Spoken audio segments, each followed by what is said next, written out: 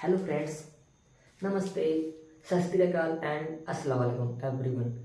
तो आज हम समझेंगे केमिस्ट्री का पहला पार्ट है और दूसरा चैप्टर है बिलियन। बिलियन का मतलब सॉल्यूशन। सॉल्यूशन ये मैथ्स वाला नहीं, क्वेश्चन का सॉल्यूशन। आज हम समझेंगे कि बिलियन क्या होता है और मुख्यतः समझेंगे कि बिलियन कैसे मापा जाता है, उसकी सांद्रता मापने की कौन सी विधियाँ होती हैं।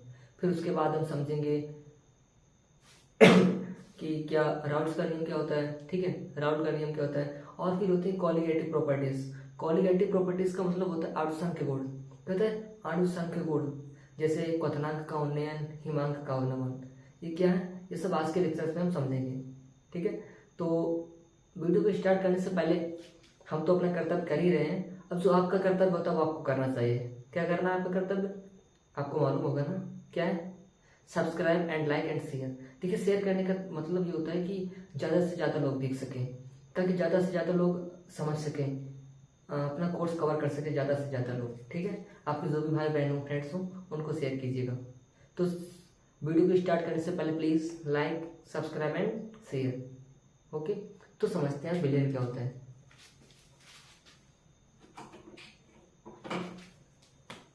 देखिए, क्या बिलियन क्या होता है? बिलियन दो या दो से अधिक समांगी मिश्रण होते हैं। दो या दो से अधिक समांगी पदार्थों का क्या होता है कि मिश्रण होता है। मिश्रण समझते हो? शरबत क्या है? शरबत, शरबत तो सभी लोगों ने पिया होगा ना। शरबत क्या है? बिलियन है। शरबत क्या है? बिलियन है। जो गर्मियों में ग्लूकोज पिया जाता है, ग्लूकोज, जिसकी एनर्जी, किसे कहते हैं? Energy booster. उसको पानी में घोलकर पीते हैं। जब पानी में घोलते तो वो क्या बन जाता है? एक बिलियन बन जाता है। और कौन सा बिलियन बनता है? ठोस का द्रव में। कौन सा बनता है? ठोस का द्रव में। बिलियन मुख्यतः 9 प्रकार के होते हैं। ठोस का ठोस में, ठोस का द्रव में, ठोस का गैस में, 3 हो गए। फिर गैस का द्रव में, गैस का गैस में, गैस का ठोस में, कितने हो गए? 6 हो गए। फिर द्रव का द्रव में, द्रव का गैस में, द्रव का ठोस में, 9 प्रकार के बिलियन होते हैं। तो जो ग्लूकोज वाला होता है वो कैसा होता है? वो ठोस का द्रव में। ठोस का द्रव में तो समझते हो, ठोस विलेय होता है और द्रव विलायक होता है। विलेय और विलायक समझते हो? देखिए, विलेय में 2 घटक मुख्यतः होते हैं। द्विअंगी विलयन है। द्विअंगी विलयन का मतलब उसमें 2 घटकों से मिलकर बना है।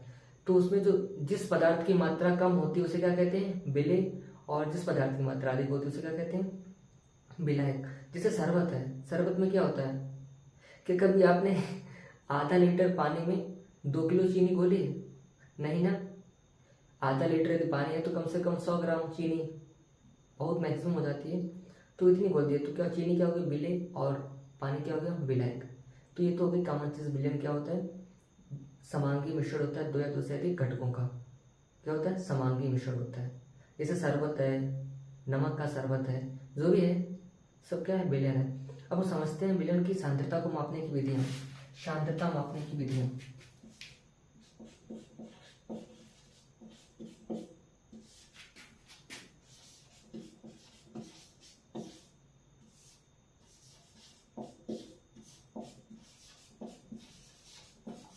क्या है?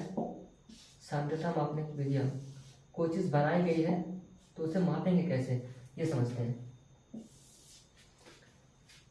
देखिए, पहले समझते हैं सांद्रता क्या होती है। सांद्रता होती है किसी का गाढ़ापन। कोई विलयन है, उसका गाढ़ापन कितना है, कितना अधिक गाढ़ा है। जैसे शरबत है, शरबत मतलब 1 लीटर पानी है, शरबत में 1 लीटर पानी है।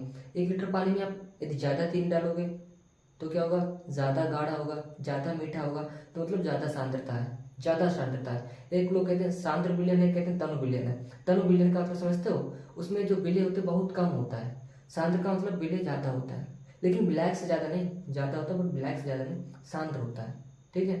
यानी पर्याप्त मात्रा होती है, उसे क्या कहते हैं? सांद्र विलयन कहते हैं। तो सांद्रता मापने की पहली विधि होती है, जैसे पहले क्या, कोई भी समझ लीजिए W/W, यानी भार बाय भार, यानी इसमें विलय का भार किसमें होना चाहिए? फर्स्ट है W/W। W/W का मतलब होता है वेट बाय वेट, यानी विलय का भार भी किसमें होना चाहिए? यानी विलय का भार ग्राम में और विलयन का भार भी ग्राम में। क्या हो गया? W/W। जैसे ये होता है विलय का भार,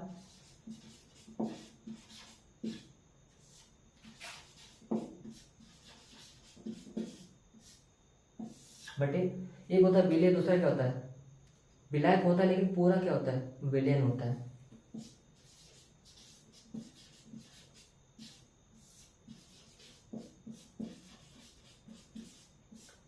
ये क्या होगा सांद्रता।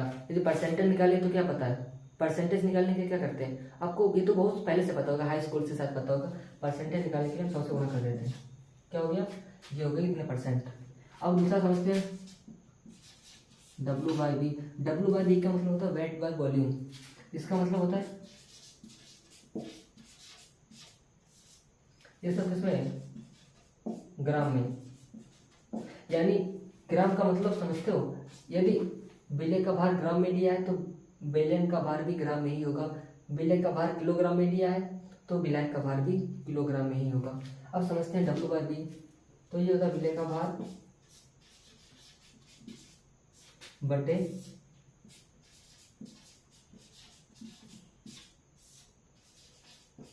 बिलियन का, ये क्या है, वॉल्यूम। वॉल्यूम क्या कहते हैं, आयतन। इसका आपने ग्राम में लिया है, यदि आपने इसका ग्राम में लिया तो इसका किसमें लोगे, ml में, ठीक है। यदि इसका ग्राम में लिया तो इसका किसमें लोगे, ml में। परसेंटेज निकालने के लिए 100 से गुणा, कितने परसेंट है, ठीक है। ये तो है W/V।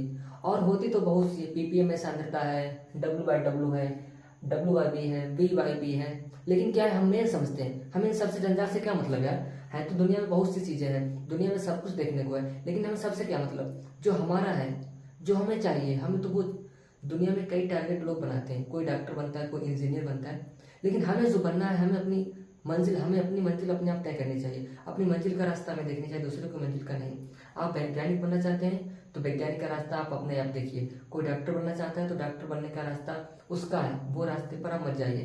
तो क्या हमें जो मेन चीज़ें हम वो समझेंगे, ठीक है तो बहुत सी चीज़ें। क्या होता है मेन चीज़, अब हम समझते हैं मोलरता क्या होती है। मोलरता और मोललता ये बहुत इंपॉर्टेंट है। क्या है, मोलरता और मोललता समझते हैं, ये भी क्या है, सांद्रता मापने की विधियां हैं।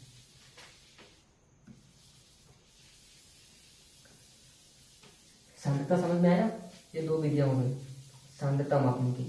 सांद्रता का मतलब गाढ़ापन। अब ये तो पता ही है क्या बता रहे हैं आपको, सांद्रता मापने की विधियां बता रहे हैं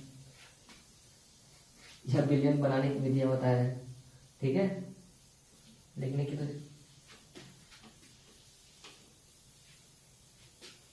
आप समझते हैं मोलरता क्या होता है एंड मोललता क्या होता है। मोलरता और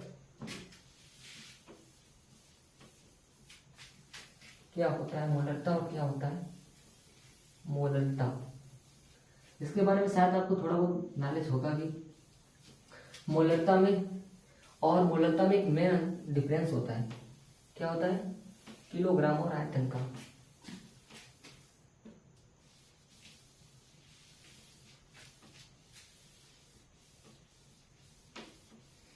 मोलरता एंड मोललता। और जो मैंने अभी बताया पीले W/W, ये तो लगभग में सभी को क्लियर होगी, ठीक है। अब समझते हैं मोलरता क्या होता है। क्या होता है मोलरता, क्या होता है मोलरता। मोलरता भी क्या है, एक सांद्रता मापने की क्या है, विधि है।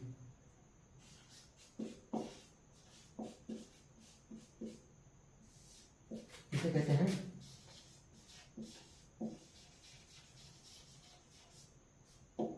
मोलरिटी।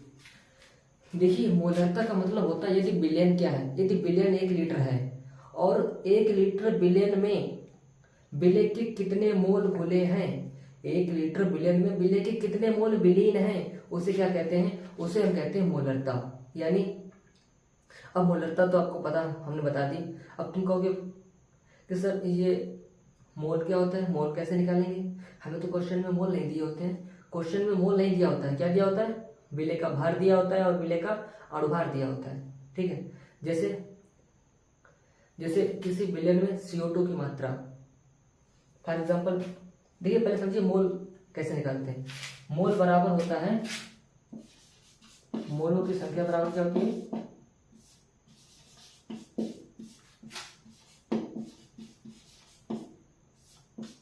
मोलों की संख्या बराबर होता है, जैसे विलय है, विलय के मोलों की संख्या निकाल रहे हैं आप, क्या निकाल रहे हैं, मतलब कोई भी हो, विलेय हो चाहे विलायक हो, जिसके मोल की संख्या निकाले उसका एक सूत्र होता है। क्या होता है? विलेय के मोल की संख्या बराबर होता है विलेय का भार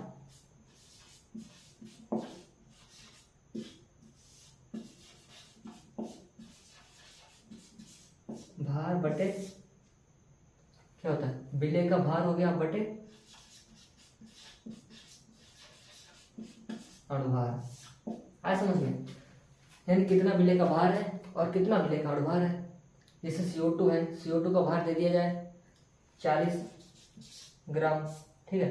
CO2 का भार दे दिया जाए 40 ग्राम। CO2 का भार कितना दे दिया जाए? 40 ग्राम। और CO2 का अणुभार कितना होता है भाई? CO2 कार्बन का कितना जाएगा? 12। ऑक्सीजन का, एक ऑक्सीजन का कितना होता है? ऑक्सीजन का कितना होता है अणुभार? ऑक्सीजन का परमाणु क्रमांक कितना होता है? 8 होता है। तो अणुभार कितना जाएगा? 16। इसमें कितने? 2, तो 32 हो जाएगा। क्या होगा? 44। 12 कार्बन का हो गया और 2 ऑक्सीजन का, मतलब 44। ये क्या हो गया? तो 40 बटे 44, ये क्या हो गया? मोल हो गया। क्या हो गया? मोल। कितने मोल हो गए? फिर कार्बन डाइऑक्साइड वो लेते हैं CO2 तब, ठीक है। तो ये फार्मूला बहुत इंपॉर्टेंट है, हर सांद्रता मापने की विधि में जरूर लगेगा। ये क्या हुई? ये हुई मोलों की संख्या। अब समझते हैं मोलरता क्या होता है। देखिए, मोलरता होता है किसी, यदि 1 लीटर विलयन है, क्या है? 1 लीटर विलयन है, उसमें कितने मोल घुले हैं विलेय के, उसे क्या कहेंगे हम? विलयन की मोलरता।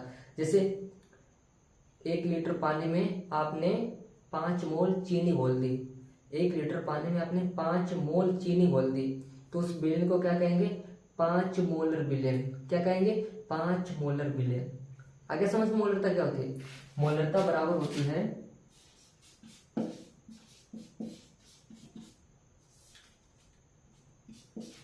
विलेय के मोलों की संख्या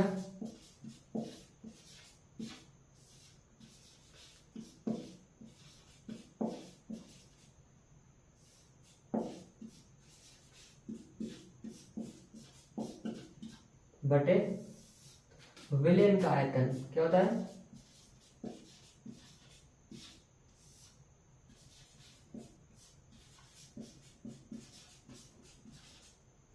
लेकिन किसमें? विलयन का आयतन लीटर में। किसमें? विलयन का आयतन लीटर में इंटू, यदि आप परसेंटेज निकाला जाए तो निकाल लो, अदरवाइज तो परसेंट नहीं। ऐसे रखो, विलेय के मोलों की संख्या बटे विलेय के मोलों की संख्या। मोलों की संख्या कैसे निकालेंगे? विलेय का भार बटे अणुभार। पहले हम विलेय के मोलों की संख्या निकालेंगे, फिर उसके बाद मोलरता निकालेंगे। विलयन का आयतन लीटर में। अब यहीं पर समझते हैं मोलरता क्या होती है। क्या होती है?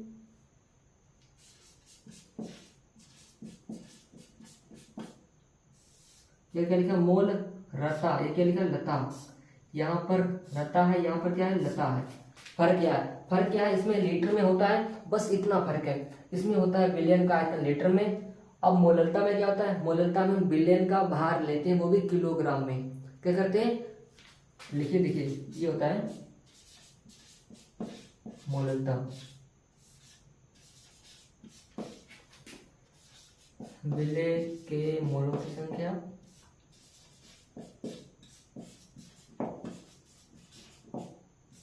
बटे, क्या होगा बताओ? विलेय के मोलों की संख्या बटे विलायक का भार। क्या होगा? विलयन का नहीं, कंफ्यूज यहीं पर होता है, सबसे ज्यादा कंफ्यूजन यहीं पर होता है। कहते हैं कि विलयन का आयतन था, इसमें भी विलयन का आयतन होगा, लेकिन नहीं, ये मोललता है। मोल लता, लता में विलायक का भार होता है। क्या होता है?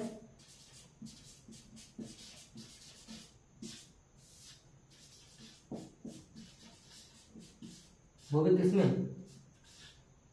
किलोग्राम में।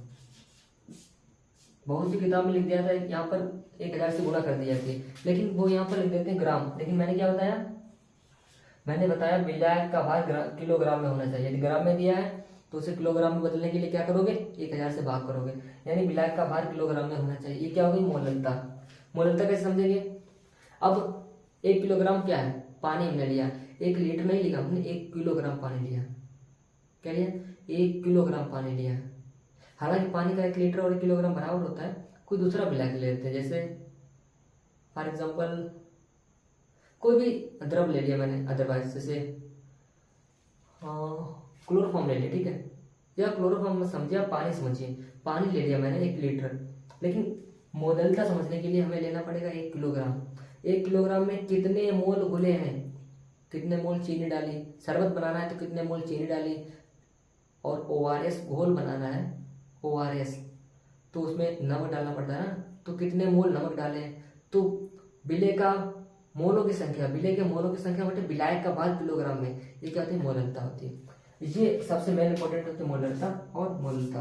और वो W/W, W/V ये तो कॉमन से होती है। ppm पार्ट्स पर मिलियन, ठीक है। ppm मतलब समझ आते हैं ऐसे क्या होता है, जैसे प्रदूषण जब मापा जाता है ना, प्रदूषण बात का बढ़कर जब प्रदूषण मापा जाता है तो उसका मतलब कहते हैं कि कार्बन डाइऑक्साइड 8 ppm है, 8 ppm है या 6 ppm है, 6 ppm है, 8 ppm का मतलब समझते हो, ppm की फुल फॉर्म होती है ppm, ppm बराबर होता है पार्ट्स पर मिलियन, क्या होता है, पार्ट्स पर मिलियन, यानी 8 ppm कार्बन डाइऑक्साइड का मतलब समझते हो, 8 ppm कार्बन डाइऑक्साइड का मतलब होता है कि वायु के 10⁶ मोल में 8 मोल क्या है, कार्बन डाइऑक्साइड है, या 10⁶ ml वायु में 8 ml कार्बन डाइऑक्साइड है। आज समझ में पक्का है। चलो आगे बढ़ते हैं, नोट करना चाहो तो नोट कर लो, अदरवाइज आगे पढ़ते हैं। अब हम पढ़ते हैं राउल्ट का नियम क्या होता है, क्या पढ़ेंगे,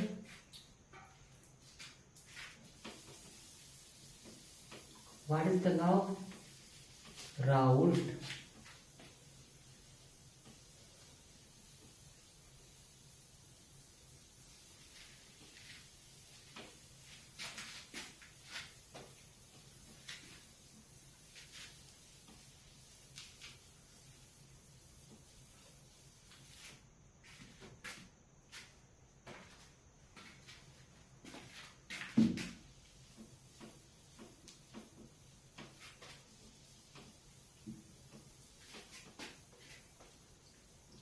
राउल्ट का नियम हमें बताता है कि यदि विलयन है और विलयन,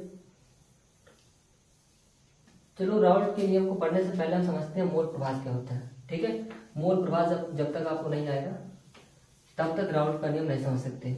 मोल प्रभाव की क्या है, एक सांद्रता मापने की क्या है, विधि है, क्या है, एक विधि है सांद्रता मापने की, क्या, मोल प्रभाव। इंग्लिश में क्या कहते हैं,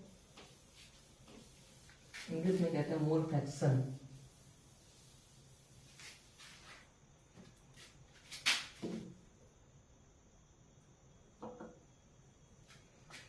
देखिए जैसे कोई विलयन बनाया गया है 2 घटक कणों से, यानी द्विअंगी विलयन है, तो उसमें क्या होगा, एक विलेय होगा एक विलायक होगा, कॉमन है, एक विलेय होगा एक विलायक होगा, तो जरूरी है।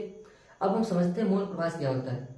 देखिए यदि विलयन बनाया गया है तो दोनों में हमें क्या पता होना चाहिए, दोनों घटकों का क्या पता होना चाहिए, मोलों की संख्या, इसके मोल कितने गुले हैं और इसके मोल कितने गुले हैं, आए समझ में, इसके मोल कितने गुले हैं और इसके मोल कितने गुले हैं, दोनों विलायकों के, मतलब एक विलेय होता है और एक विलायक होता है, तो विलेय के मोलों की संख्या पता होनी चाहिए हमें और विलायक के मोलों की संख्या पता होनी चाहिए, तब हम मोल प्रभाव निकाल सकते हैं। अब समझते हैं मोल प्रभाव क्या होता है, ठीक है।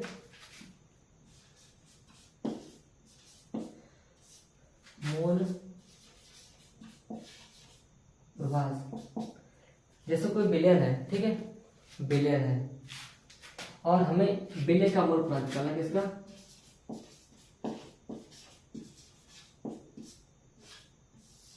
हमें निकालना है विलेय का मोल प्रभाव। विलेय का मोल प्रभाव बराबर क्या हो जाएगा, विलेय के मोलों की संख्या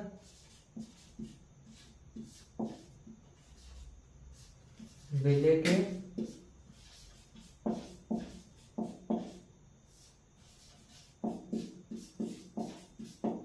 मोलों की संख्या बटे विलयन में और क्या होगा, विलायक होगा, तो विलायक के मोलों की संख्या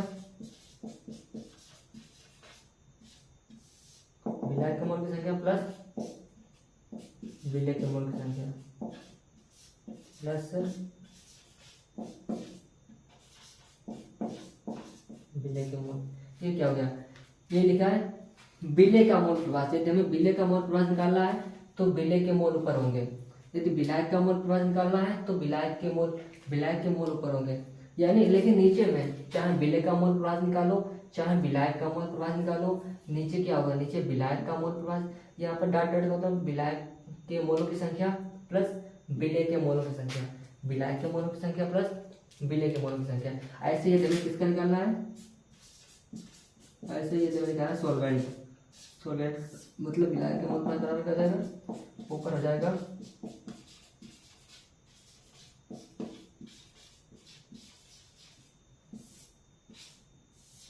विलायक के मूलों की संख्या बटे विलायक के मूलों की संख्या प्लस विलय के मूलों की संख्या। नीचे वही होगा जो उसमें ऊपर था, ठीक है। क्या देगा,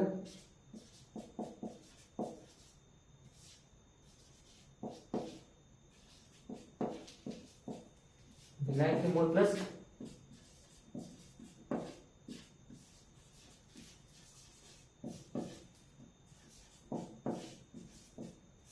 विलय के मूल, ठीक है। आगे हमारे पास समझ में क्या होता है, अब कितने भी घटक हों, ये तो मैंने द्विअंगी के लिए बताया, कितने भी घटक हों तो सभी का नीचे हो जाएगा, जैसे पहले वाले घटक के मूल, दूसरे वाले घटक के मूल, तीसरे वाले घटक के मूल, जिसका निकालना होगा उसका ऊपर कर दीजिए और जितने भी घटक हैं वो सब नीचे हो जाएंगे, क्योंकि हम मूल प्रभास। अब समझते हैं आगे राउल्फ का नियम क्या होता है। अब समझते हैं राउल्फ बाबा ने क्या कहा, ठीक है। किसने,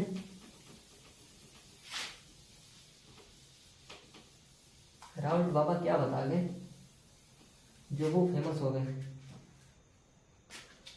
देखिए राउल्फ बाबा ने जो नियम बताया वो बांस दाव से संबंधित है। किससे संबंधित है, बांस दाव से। अब उनके समझने से पहले समझिए बांस दाव क्या होता है। कुकर में क्या लगता है, कुकर में एक पतीली होती है, पतीली जिसमें सब्जी बनाई जाती है, तो उस पतीली से जल्दी कुकर में सब्जी पकती है, या चावल बनाती है कुकर में तो जल्दी पकते हैं। क्यों, क्योंकि उसमें जो भाप होती है, जिस भाप में जो गर्मी होती है वो क्या होता है, उसे कहते हैं बांस दाब। एक तो नीचे से भी हीटिंग देते हैं हम खाना पकने के लिए और ऊपर से भी वो दाब लगाता है। तो क्या होता है, जब किसी को भी नीचे से भी दबाओगे, आगे से भी, कोई इंसान है यार समझ लीजिए, उसको आगे से भी आप दबा रहे हो, पीछे से भी दबा रहे हो, तो वो तो पिचक जाएगा ना, उसका तो कचौमर निकल आएगा। ठीक उसी प्रकार चावल का हाल होता है, वही दाल का हाल होता है। दाब ऊपर से भी लग रहा है, दाब नीचे से भी लग रहा है, अब पकेगा नहीं तो क्या होगा भाई, पकेगा तो है ही, ठीक है। समझते हैं राउल्फ का नियम क्या होता है।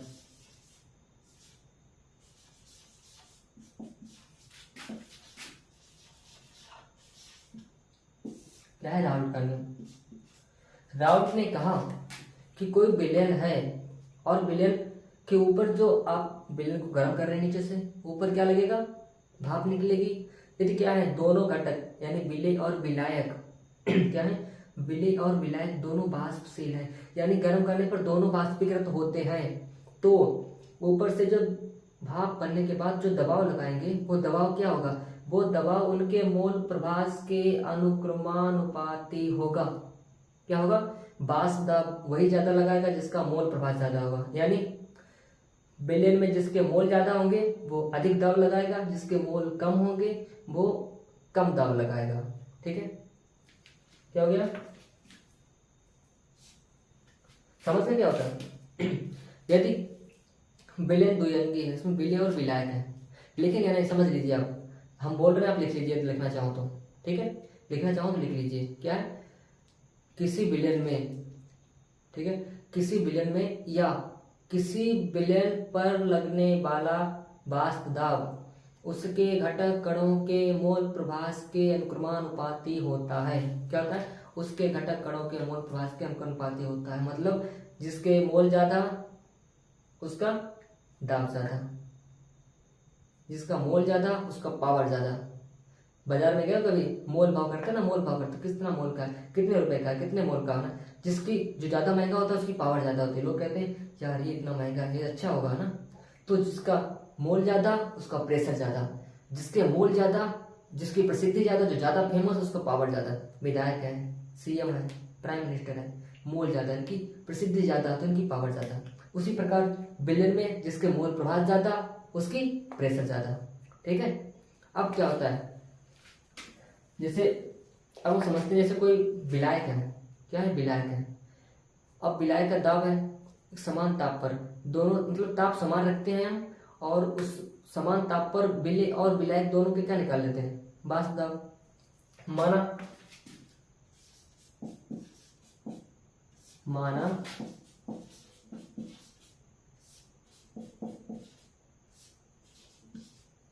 समान ताप पर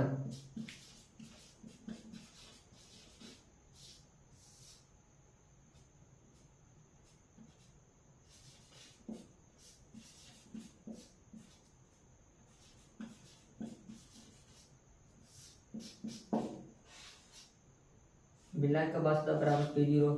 ठीक है। मान लिया, माना उसी ताप पर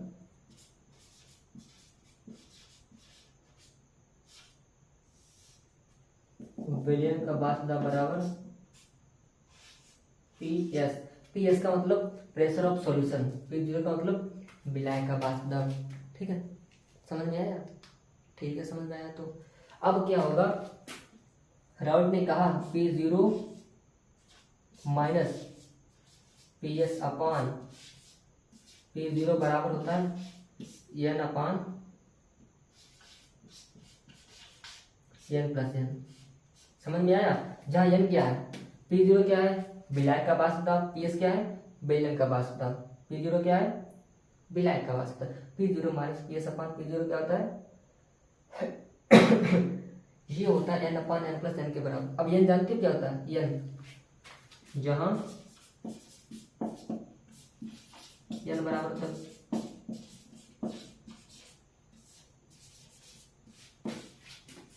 विलय के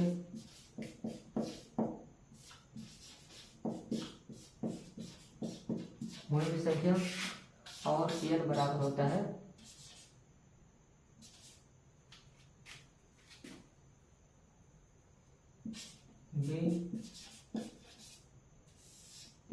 विलायक के मोल की संख्या।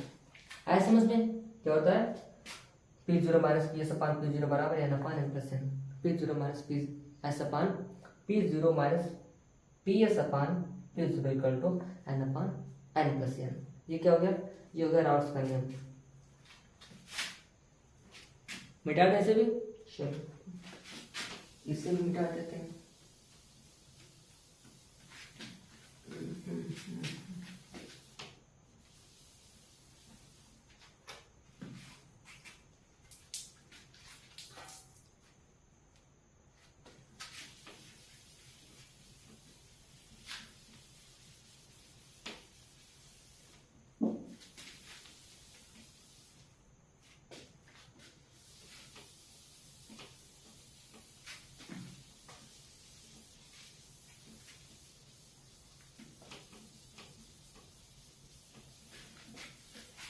अब क्या समझेंगे, अब समझेंगे प्रदूषण के गुण क्या होते हैं, क्वालिटेटिव प्रॉपर्टीज।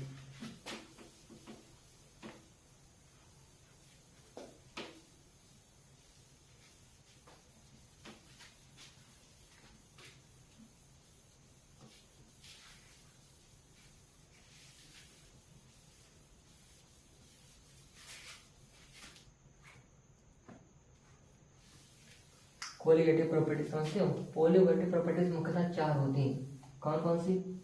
एक होता है परासरण दाब, एक होता है क्वथनांक में उन्नयन, एक होता है हिमांक में अवनमन। क्या होता है? हिमांक में अवनमन। अवनमन मतलब समझते हो? अवनमन का मतलब होता है किसी चीज में कमी। क्या होता है? अवनमन का मतलब होता है किसी चीज में कमी। अब समझते हैं कोलिगेटिव प्रॉपर्टीज मतलब अनुसांख्य के गुण।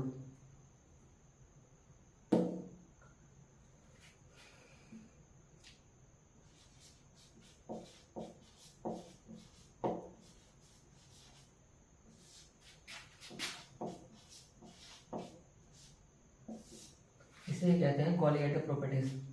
पहले समझते हैं क्वथनांक का उन्नयन क्या होता है। ठीक है, क्या समझते हैं?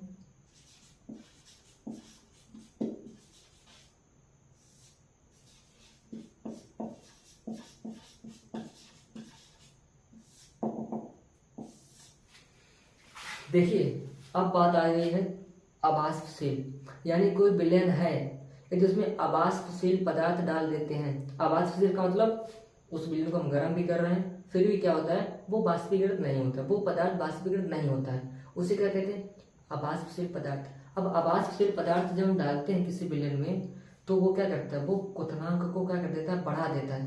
क्वथनांक का मतलब समझते हो?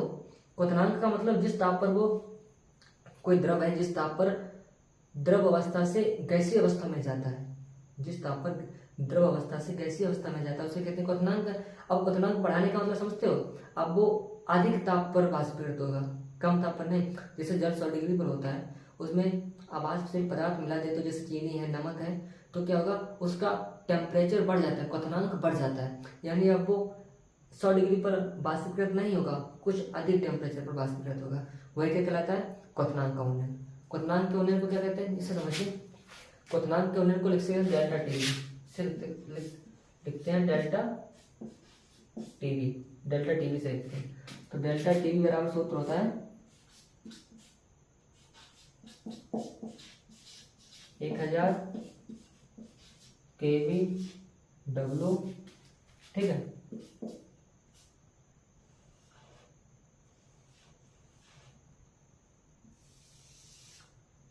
एक 1000 केवी डब्ल्यू। डब्ल्यू और समझते हो, ये तो बिल्ले का भार, किसका,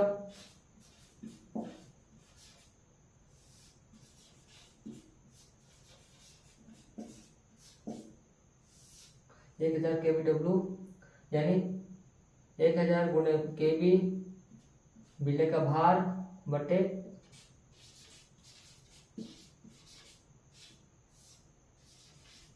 बिल्ले का अणुभार इंटू बिलायक का भार। क्या होता है,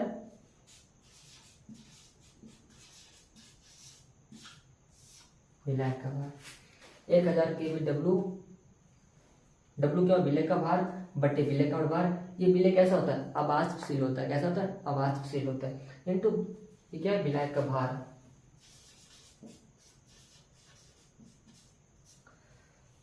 यदि यहाँ पर ग्राम में लिया है, तो यहाँ भी ग्राम में लेंगे, यहाँ भी ग्राम में लेंगे।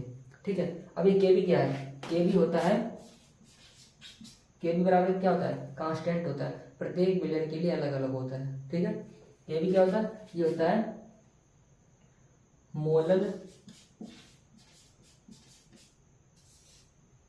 विलायक का मोलल उन्नयन स्थिरांक।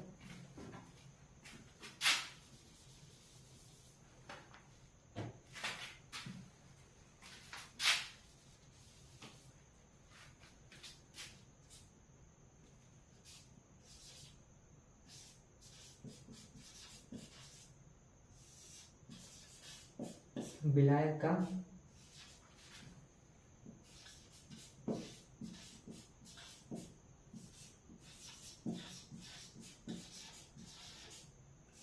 मोलल उन्नयन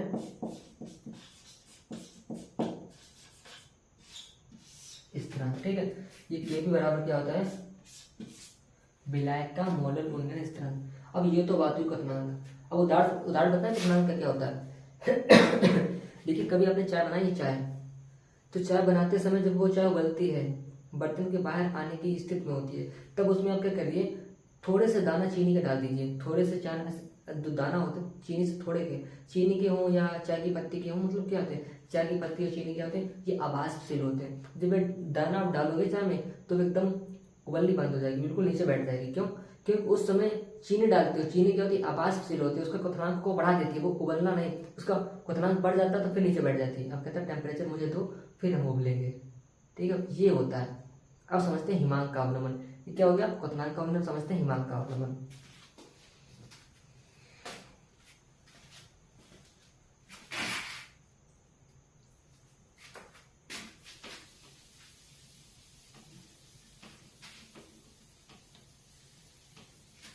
ये क्या होते हैं? आनुषंगिक गुणों, क्वालिटेटिव प्रॉपर्टीज से जाते हैं।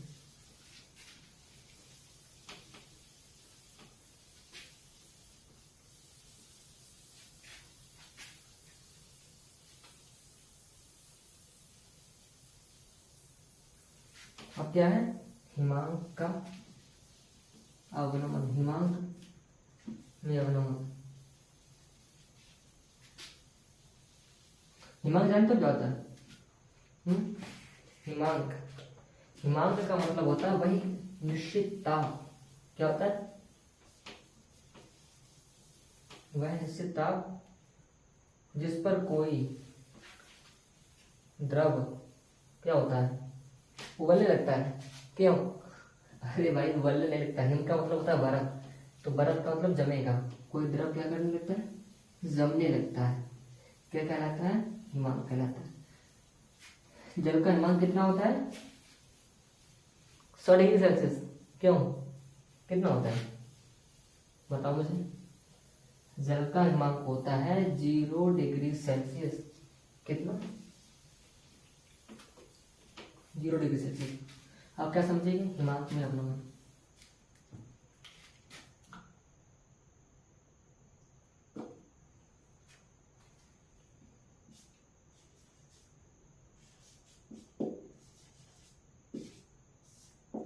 देखिए, हिमांक में अवनमन का मतलब क्या होता है? कोई द्रव है, जम जाता है। कोई द्रव जैसे पानी है, जम जाता है। यदि पानी में कोई ऐसा पदार्थ डाल दें, ऐसा विलय डाल दें जो क्या होता है? अबाष्पशील हो। क्या हो? अबाष्पशील हो। तो वो क्या करता है? वो पानी का हिमांक घटा देता है। क्या करता है? पानी के हिमांक में कमी कर देता है। यानी पानी 0 डिग्री सेल्सियस पर जमता है, लेकिन अब वो 0 डिग्री सेल्सियस पर नहीं जमेगा।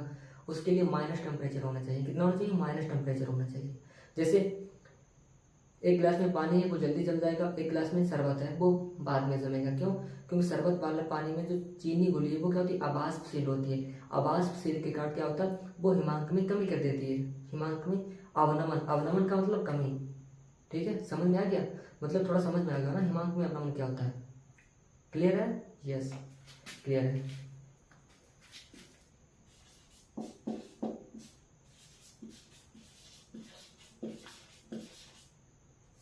हिमांक में अवनमन, हिमांक में अवनमन कैसे लिखते हैं? Delta T F, delta T F. Delta T F बराबर होता है 1000, वहां पर था केवी, यहाँ पर क्या जाएगा? के एफ। डब्लू यानी विलय का भार बटे अणुभार,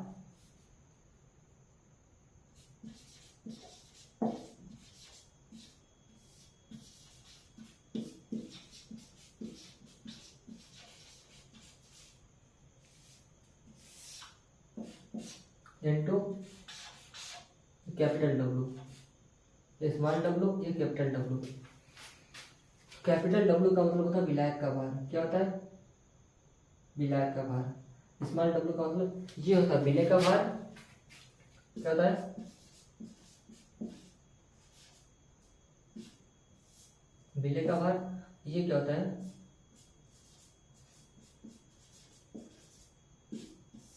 विलय का भार। बस ये केएफ क्या होता है? यहाँ पर केएफ बराबर होता है मोलल, सॉरी विलायक का। किसका? विलायक का।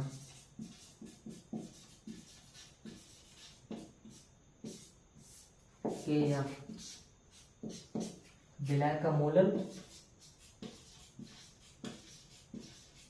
अवनमन और उन्नयन का ध्यान रखना, ठीक है? मोलल, अवनमन, इस तरह। समझ में आ गया क्या होता है? डेल्टा टी बराबर 1000 के एफ डब्ल्यू। की एफ क्या होता है? कांस्टेंट होता है, जिसे कहते हैं विलायक का मोलल अवनमन स्थिरांक बटे विलायक का भार, सॉरी विलय का भार ऊपर होता है बटे विलय का भार। भार बटे अणुभार में समझते हो? विलय के मोलों की संख्या इंटू विलायक का भार। ये चीजें पता है आपको, तो हम ये निकाल सकते हैं कितना हिमांक में अवनमन है। ठीक है, और डेल्टा टी को तो समझते हो क्या होता है?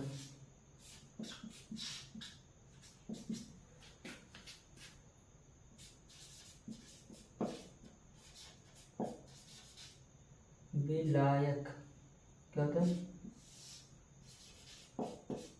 विलायक का हिमांक माइनस विलयन का हिमांक, विलायक का हिमांक माइनस विलयन का हिमांक, ठीक है। यानी इसमें क्या होता है, इसमें विलायक का हिमांक ज्यादा होता है, विलयन का हिमांक कम होता है। विलायक का हिमांक माइनस विलयन का हिमांक क्या होता है? Delta T F. यदि ये चीज दी है तो सीधे निकाल सकते हैं। जैसे 0 डिग्री सेल्सियस, जैसे बर्फ, पानी 0 डिग्री सेल्सियस पे बर्फ बन जाता है तो इसका हिमांक 0 डिग्री सी है। और माना कि उसमें कुछ डालते, जैसे चीनी डालती, अब वो कितने पर जमता है? अब वो जमता है -12 डिग्री सी पर, -12 डिग्री सी पर। अब तो हिमांक में अवनमन क्या हो गया? 0 माइनस 12 यानी 12 डिग्री से, 0.12 डिग्री से क्या हो गया? इस 0.12 डिग्री से क्या हो गया था? माइनस, मैंने क्या कहा आपसे? मैंने कहा 0 डिग्री से पर बर्फ, सॉरी पानी बर्फ बनता है, ठीक है। अब हमने उसमें चीनी डाल दी, अब उसका देखा हिमांक कितना है, अब देखा गया कि माइनस 0 पॉइंट समथिंग, -0 या माइनस नहीं, आप समझिए -2 डिग्री से है। तो ये 2 डिग्री से क्या है? यही हिमांक में अवनमन है। क्या है? यही हिमांक में अवनमन है, ठीक है। समझ में आया? एग्जाम्पल जैसे जम्मू कश्मीर हम भारत का राज्य है ना, आप कहाँ के? आप भी तो भारत के ही ना। तो जम्मू कश्मीर में क्या होता है? बर्फ पड़ती है, बर्फबारी होती है। वहां पर बर्फबारी को कम करने के लिए क्या करते हैं? नमक छिड़क देते हैं, नमक डाल देते हैं। क्यों?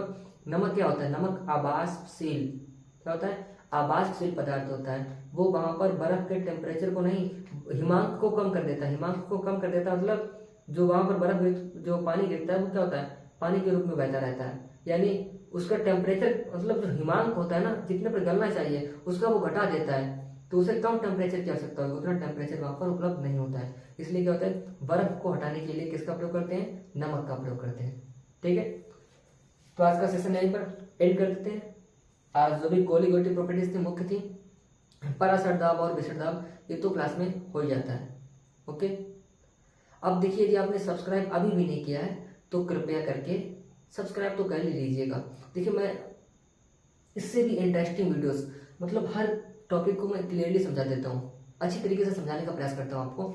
सिंपली व्यवहारिक जीवन में उसका क्या यूज होता है, व्यवहारिक जीवन में उसका यूज पता होगा आपको तो आप क्लियरली समझ सकते हो, ठीक है।